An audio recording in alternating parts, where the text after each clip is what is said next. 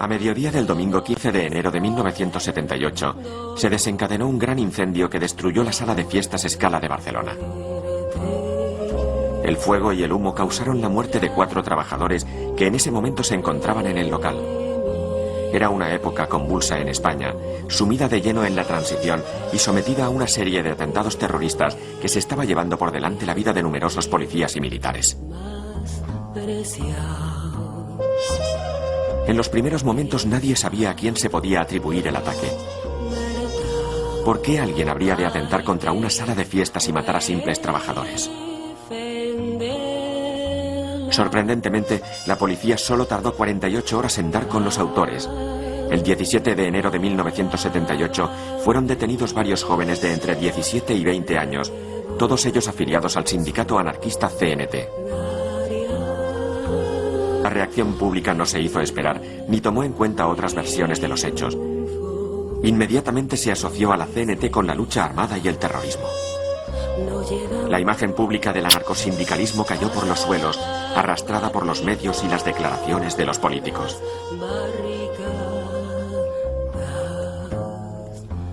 No hizo falta mucho para convencer a una sociedad que llevaba más de 100 años escuchando hablar de la existencia de una supuesta organización anarquista mundial dedicada a sembrar el caos y el terror.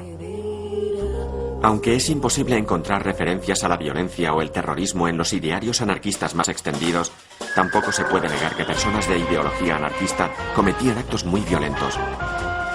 Algunos de estos actos llevaron a la desestabilización del poder en países y ciudades alrededor de todo el mundo en la primera mitad del siglo XX, por lo que los dirigentes y los servicios de seguridad de los países más poderosos del planeta acabaron por convencerse de que existía una central anarquista mundial. Sin embargo, no deja de resultar llamativo que uno de estos hechos, el caso Scala, tuviese lugar justo en el momento en el que la CNT estorbaba ciertos intereses. Era el único sindicato mayoritario que se oponía al pacto social que daría lugar a la democracia, ya que exigían una separación total entre sindicatos y Estado. Algo olía a gato encerrado. Este gato encerrado resultó ser un grillo. Entre las listas de detenidos llamaba la atención una ausencia. Joaquín Gambín, alias El Grillo, un delincuente reconvertido en confidente de la policía e infiltrado en la CNT. Gambín fue juzgado en rebeldía, ya que desapareció de la faz de la tierra el mismo día del atentado. Pero de las declaraciones de sus jóvenes compañeros de andanzas se podía deducir que había tomado parte activa en la quema del Scala. La CNT siempre ha considerado que el supuesto ataque terrorista contra el Scala fue un montaje. Fuera de si fue un montaje o no, este caso es una muestra del poder del concepto de terrorismo cuando es usado como excusa para cambiar de golpe el sentir de una sociedad. A partir de entonces, miles de afiliados a la CNT se dieron de baja por no querer verse asociados con terroristas y por miedo a la persecución arbitraria que se llevó a cabo contra los miembros del sindicato. Los partidos políticos y el resto de sindicatos, incluyendo los de izquierdas, veían borrado del mapa a uno de sus más temidos adversarios. Las acciones de unos pocos condenaban a todo el anarcosindicalismo, acusado de constituir una organización mundial con un plan para destruir el orden y la ley. No era la primera vez que sucedía esto. Entre 1882 y 1883, una supuesta organización anarquista, la Mano Negra, sembró el terror en los campos de Andalucía. Todos los grupos anarquistas locales afirmaron no tener nada que ver con dicha organización, acusada de varios asesinatos. Sin embargo, el gobierno juzgó y condenó a varios campesinos anarquistas por estos crímenes, y los periódicos de la época, en manos de la burguesía, esparcieron la idea de una organización dedicada a generar caos y muerte.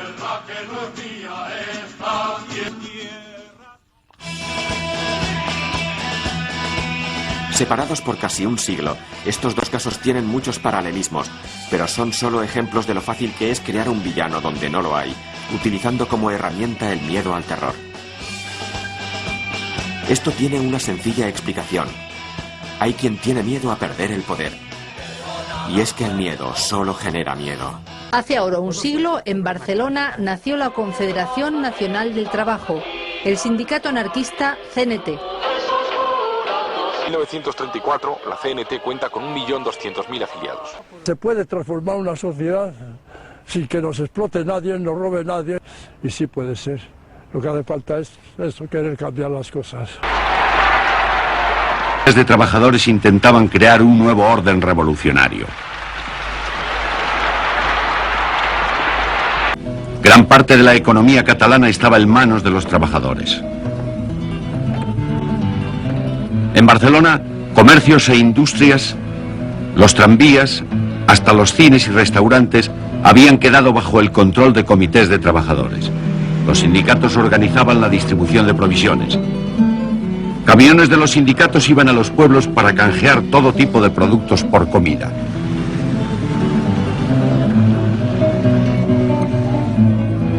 Este sistema de canje mantuvo a Barcelona alimentada durante los primeros meses de la guerra. Para los anarquistas el dinero era la encarnación del mal y en algunos sitios quedó inmediatamente abolido. Las amas de casa iban a la compra con bonos del comité. Pero claro, los bonos, ¿qué representaban? ¿Qué representaban? Porque los bonos tuvieron que representar, me parece que era lo más justo entonces, representar las horas de producción. Las horas que un obrero pasaba a ser un mueble, o las horas que pasaba un campesino en recoger, pues en sembrar, en labrar, todo calculado en horas de producción. Y eso produjo muy buen efecto en los medios rurales, claro, poder querer equiparar, y en todas partes, claro, poder querer equiparar, igualar el trabajo. Con los vales se podía comprar pan. Incluso servían para comer en el Ritz. Los grandes hoteles se habían transformado en hospitales o en restaurantes populares al servicio de los milicianos y de familias obreras, como el que muestra este documental anarquista.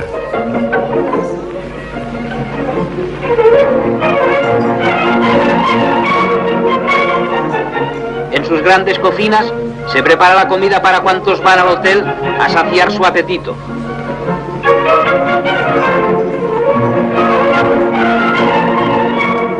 Los amplios comedores que antes ocupaban maquilladas y frívolas damiselas, grandes financieros, capitanes de industria, aristócratas ociosos y aventureros internacionales de toda la haya, ahora están abarrotados de hombres y mujeres humildes que siguen el ritmo de la sociedad que se está creando. Barcelona trabaja y come, esa es su fuerza y su virtud.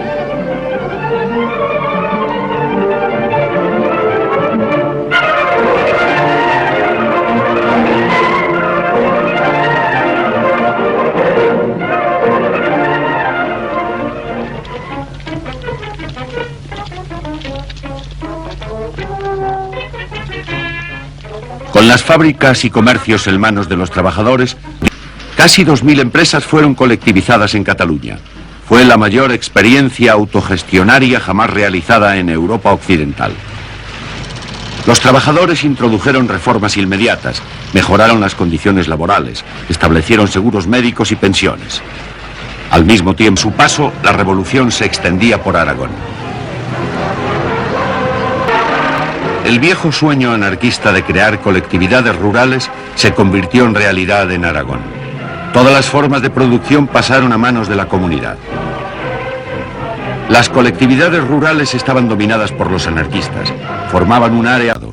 Estos 3 hombres eran jóvenes anarquistas que participaron en colectivización de Mas de las Matas. Se les buscó un local. Benigno Castañer era ebanista. Mis máquinas fueron las primeras que fueron al taller colectivo.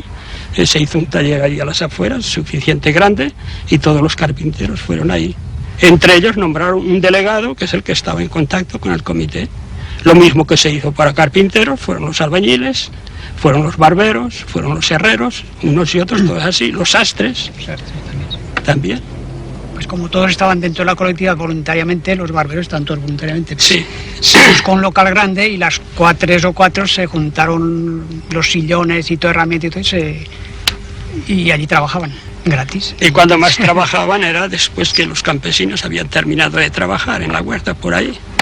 Porque también hubo inconvenientes con eso. Algunos decían, ay, estos barberos, estos grandules que de día se pasean por ahí, pero tengo que decir, pero trabajan la noche. Que ellos trabajaban hasta las 10 de la noche para llegar a todos. No, y hay gente que no se daban cuenta que esos trabajaban más tarde. En fin, esos son pequeños inconvenientes. El mundo del dinero y de la propiedad, de pobres y ricos, había desaparecido. el dinero quedó abolido.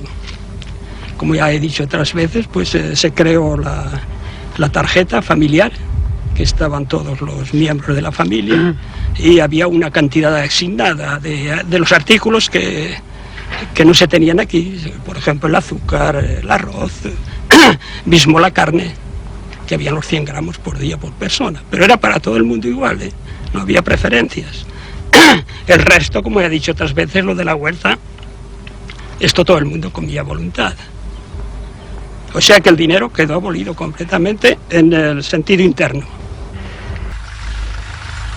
En todos los pueblos aragoneses colectivizados se dieron experiencias semejantes. En mayo de 1977 es legalizada la histórica organización libertaria. Con la transición llegó el momento de los grandes mítines anarquistas. San Sebastián de los Reyes, Montjuic, Valencia. Mayor concentración que ha hecho ningún sindicato entonces. Entonces, de lo que se trata es, si estamos dispuestos a admitir las realidades... Ni siquiera los partidos unidos eran capaces de aunar tanta militancia. La CNT cayó en desgracia, según este estudioso del movimiento anarquista, tras el rechazo de los pactos de la Moncloa y la falsa acusación de estar detrás del atentado contra la discoteca Scala de Barcelona en 1978. Desde entonces la CNT viene siendo un sindicato arrinconado, asediado, en fin, marginalizado. La CNT finaliza hoy su 5º Congreso Confederal. En los años 80 llegaron congresos y divisiones internas. Hoy la CNT cumple 100 años gracias al dinero de sus afiliados, unos 50.000, sin liberados ni subvenciones y fiel a sus principios básicos. La solidaridad, la acción directa, que es la resolución de los problemas por los propios afectados por ellos, es decir, por los propios trabajadores sin delegar a nadie, y luego como forma organizativa el federalismo. Que no hemos generado el Estado y el capital son los principales interesados en un ejército de parados que sirven para meternos miedo a los trabajadores y que aceptemos trabajar en peores condiciones que antes de la crisis. Aceptemos reforma laboral, aceptemos reforma de las pensiones, aceptemos reforma de la negociación colectiva, aceptemos un recorte en nuestros salarios. El paro les interesa. No nos vamos. A los banqueros, no nos vamos. Para tenernos con miedo y que aceptemos derechos. Pero es que además este paro creciente que ya llega a este país a 5 millones Estoy grabándonos nosotros. Estoy grabándonos nosotros. Mira, ¿quieres ver lo que estoy grabando?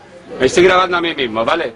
Pues se graba usted así. Por todo ello, desde la CNT vemos muy claro que se está utilizando una crisis que los trabajadores no hemos provocado, para introducir una serie de recortes de derechos laborales y sociales que los trabajadores hemos tardado muchos años de luchas, muchos años de huelga, de vender a los trabajadores y pactar con los empresarios y con los políticos. No, la consecución de mejoras laborales para los trabajadores pasa únicamente por organizarse por ellos mismos, sin liberales y sin subvenciones, sin comités de empresa ni juntas de personal. Porque lo único que van a conseguir los trabajadores es lo que obtengan por ellos mismos mediante la solidaridad. ¡La lucha del obrero! ¡La solidaridad! ¡La solidaridad! ¡Contra el paro! ¡Lucha obrera! ¡Contra el paro! ¡Lucha obrera! ¡Contra el paro! ¡Lucha obrera! ¡Así! Ni un paso atrás. Esta reforma la vamos a parar.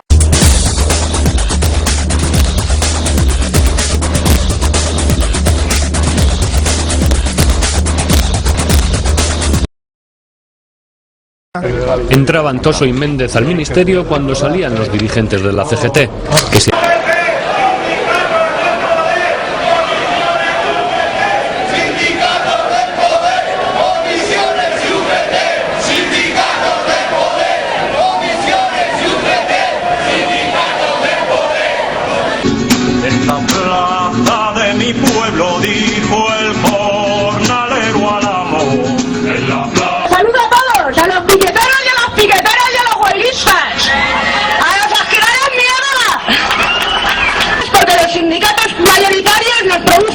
asco. Nos producen asco por sus políticas taxistas, nos producen asco por su entreguismo y por aceptar convertirse en los apaciguadores de la clase obrera a cambio de 4 migajas.